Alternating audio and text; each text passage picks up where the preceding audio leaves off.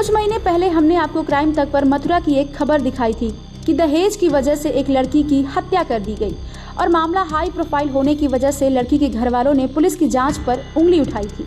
अब एक बार फिर से मथुरा पुलिस की कार्यशैली सवालों के घेरे में है, क्योंकि पुलिस की लापरवाही की वजह से दो व्यक्तियों ने एक महिला की हत्या के झूठे आरोप की वजह से करीब 1.5 साल तक जेल की सजा काटी, जबकि वो महिला जिंदा है।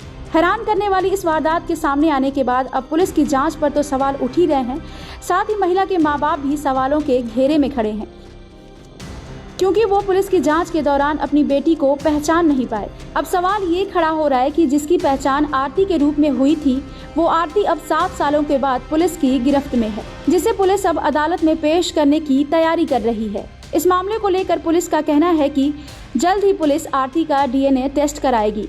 इसके साथ ही पुलिस जिंदा पाई गई आरती का डीएनए टेस्ट कराने की तैयारी कर रही है। पुलिस का कहना है कि हम पहले की तरह गलती नहीं करना चाहते, लेकिन ये पूरा माजरा आखिर है क्या, इसकी शुरुआत कहां से हुई है। उससे पहले हम आपको इस कहानी के सभी किरदारों से रूबरू कराते हैं, जिनकी जिंदगी आरती की वजह से खराब हो गई। पहला किरदार अनीता, जो 7 साल पहले लापता हुई थी। दूसरा किरदार अनीता का पति सोनू सैनी। किरदार नंबर 3 गोपाल, सोनू सैनी का दोस्त। किरदार नंबर 4 सूरज प्रसाद गुप्ता, अनीता का पिता। इसके बाद एंट्री होती है किरदार नंबर 5 यानी कि वृंदावन पुलिस की। किरदार नंबर 6 भगवान, यानी कि अनीता का दूसरा पति, जिसके साथ अनीता रह रही थी और अब भी उसी के साथ रहना चाहती है। इन सारे किरदारों से रूबरू करवाने के बाद अब हम आपको 7 साल पीछे यानी कि 2015 में लेकर चलते हैं, जब मूल रूप से जालौन के रहने वाले सूरज प्रसाद गुप्ता वृंदावन में अपनी बेटी आरती। इन सारे किरदारों से रूबरू कराने के बाद अब हम आपको 7 साल पीछे यानी कि साल 2015 में लेकर चलते हैं, जब मूल रूप से जालौन के रहने वाले सूरज प्रसाद गुप्ता वृंदावन में अपनी बेटी आरती, पत्नी, 2 लड़कों के साथ रहने के लिए आ गए। आरती की मानसिक स्थिति ठीक नहीं थी, इसलिए उसके माता पिता उसे लेकर बालाजी इलाज के लिए गए। वहीं पर आरती की मुलाकात सोनू सैनी से हुई। सोनू और आरती की आंखें चार हुई तो दोनों में प्यार हो गया। सोनू को लेकर आरती की दीवानगी ऐसी थी कि सोनू के कहने पर आरती घर से निकल गई और कोर्ट में शादी कर ली। लेकिन शादी के 3 दिन बाद ही आरती ने सोनू के सामने शर्त रखी कि वो उसे 5,000 रुपए दे और अपनी ज़मीन उसके नाम कर दे। इतना ही नहीं, उसे गाड़ी भी गिफ्ट में चाहिए था। लेकिन होटल पर काम करने वाले सोनू के लिए ये पूरा करना इस जन्म में तो नामुमकिन था। मांगे पूरी ना होते देख आरती सोनू को छोड़कर वहाँ से लापता हो गई। के पास काम करता था मैं, नौकरी 10-12 साल हो गई मैं काम करता हूँ। बचपन से मैं रहता हूँ। मैं रहने के बाद में कुछ ऐसे जान पहचान हुई थी वहाँ पे दुकान पे। जान पहचान हुई? लड़की से। क्या नाम है? आरती। फिर उसके बाद में मैंने 15 दिन रही थी लड़की वहाँ पे। उसके बाद में आ गई थी वृंदावन आने के बाद में जन्माष्टमी की रात को गई थी। पूरी रात कॉल किया था लेकिन मैं नहीं उठा नहीं पाया। लेकिन सुबह कॉल किया, बोला आप बांदीकुई आ जाओ। बांदीकुई में नहीं गया पाया, पर वो महुआ आ गई थी। वो कॉल करते करते महुआ मिली थी मेरे पास।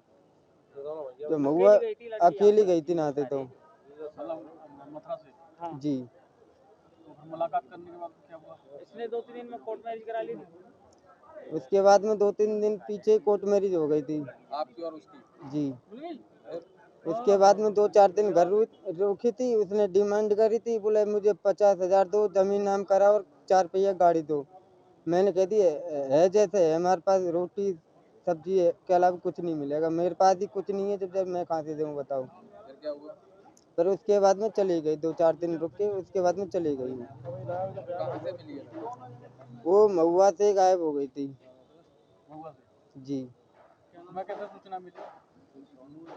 सूचना माँ का एक काम करता है, इसलिए हमने सूचना लगाई थी। जब जाके मालूम पड़ा वहाँ पे जाके। किसी और के साथ? जी। कितने साल रहे जेल में? 1.5 साल। 1.5 साल। जी। सोनू के घर से लापता होने से पहले आरती 5 सितंबर 2015 को अचानक अपने पिता के घर से भी गायब हुई थी। लिहाजा पिता ने पहले वृंदावन थाने में उसकी गुमशुदगी की रिपोर्ट दर्ज कराई थी। उसी आधार पर पुलिस मामले की जांच में जुटी हुई थी। जांच के दौरान साल 2016 में एक नहर में एक महिला की लाश मिली। पुलिस ने इसकी जानकारी आरती के पिता को दी। जानकारी मिलते ही आरती के पिता थाने पहुंचे और फोटो देखकर मृत महिला की पहचान अपनी बेटी आरती के रूप में की। अभी कहाँ रह रहे हैं? अभी तो हम हाल में रह रहे यादव धर्मशाला गोरे दाऊ गौशाला के पीछे 7 साल से रह रहे हैं। 7 साल हो गए हैं। जब से ये गई है तब से रह रहे हैं। आपने पहचान लिया इसे? हाँ, पहचान लिया हमने तो। कौन है ये? हमारी बेटी है। क्या नाम है इसका? आरती देवी गुप्ता। आरती देवी। कहाँ चली गई थी ये? ये सब रात को उठ के चली गई थी। कब? ये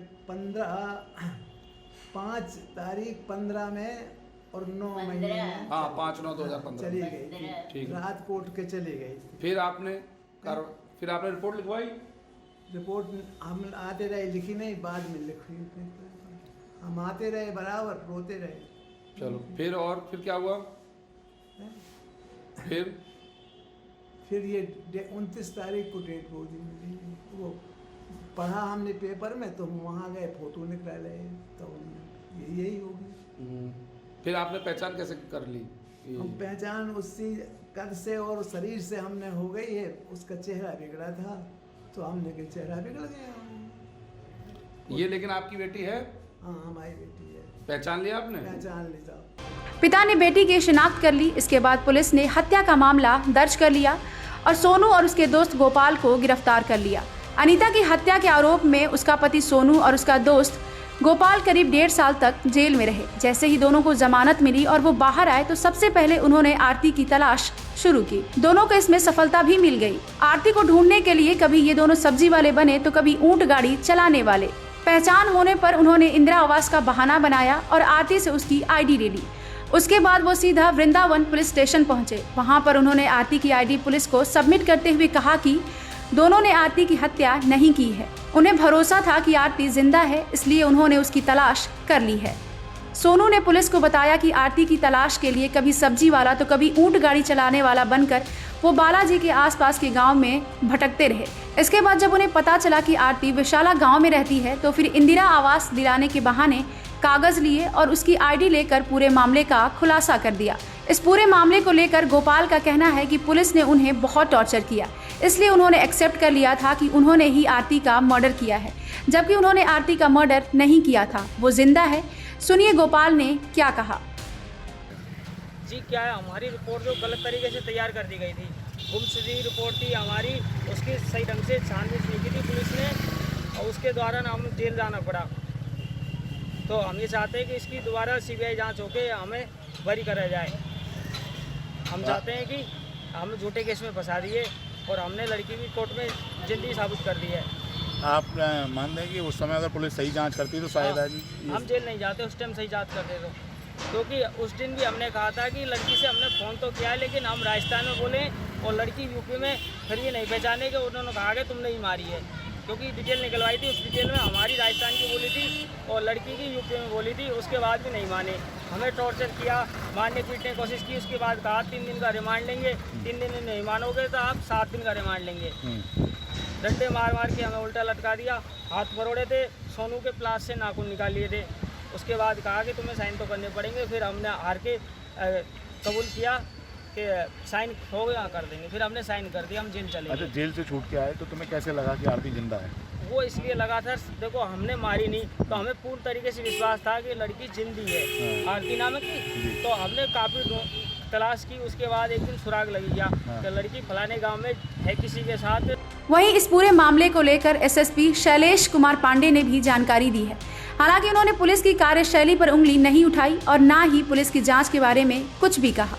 वर्ष 2015 में थाना वृंदावन क्षेत्र से एक महिला गायब हुई थी, जो मूलतः जालौन की रहने वाली थी तथा उसका विवाह दौसा में हुआ था। विवाह के उपरांत वो अपने पिता के पास यहाँ वृंदावन में कुछ दिनों से रह रही थी।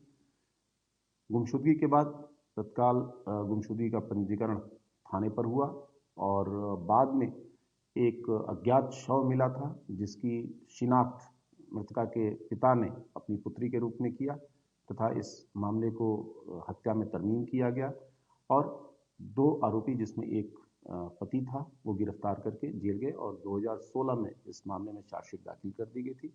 मामला न्यायालय में विचाराधीन था। इसी दौरान जब आरोपी जमानत पर छूट के आए तो उन्होंने प्रयास किया पता लगाने का, क्योंकि वो आश्वस्त थे कि इसकी हत्या नहीं हुई है। तो दौराने उनके प्रयास से उन्हें कुछ क्लू मिले, जिसको उन्होंने मथुरा पुलिस के साथ शेयर किया, और मथुरा पुलिस ने जब इसकी पड़ताल की तो उनके जो बताए गए क्लू थे उस पर काम किया। तो इस महिला को बरामद किया। बरामदगी के उपरांत महिला ने पूरी बात बताई, और साथ ही साथ जब परिजनों को लाया गया तो उन्होंने भी इसकी शिनाख्त अपनी पुत्री के रूप में की है। इसमें आगे की विधिक कार्रवाई प्रचलित है, जिस महिला का धारा 164 के अंतर्गत मजिस्ट्रेट के समक्ष बयान तथा पुख्ता शिनाख्त के लिए डीएनए परीक्षण, आगे विधिक कार्रवाई करते हुए जो निर्दोष होंगे उनको विधिक राहत सुनिश्चित की जाएगी। वहीं इस पूरे मामले को लेकर आरती का भी बयान सामने आया है, जिसमें वो कह रही है कि वो सोनू के साथ नहीं रहना चाहती है। वो अपने दूसरे पति भगवान के साथ ही रहना चाहती है।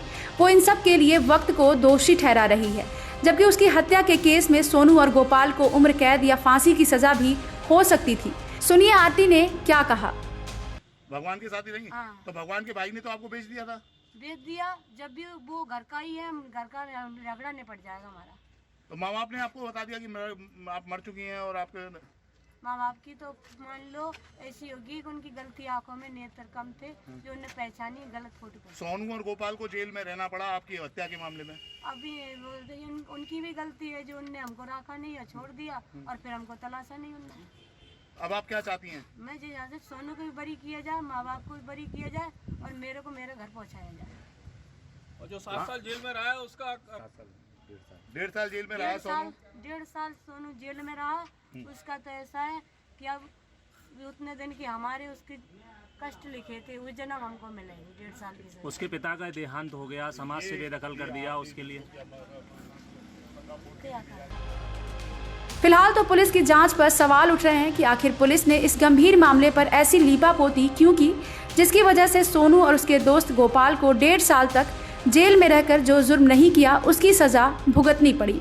आपको बता दें कि जेल में रहने के दौरान गोपाल के पिता की भी मृत्यु हो गई, क्योंकि वो बेटे का जेल जाने का सदमा झेल नहीं पाए।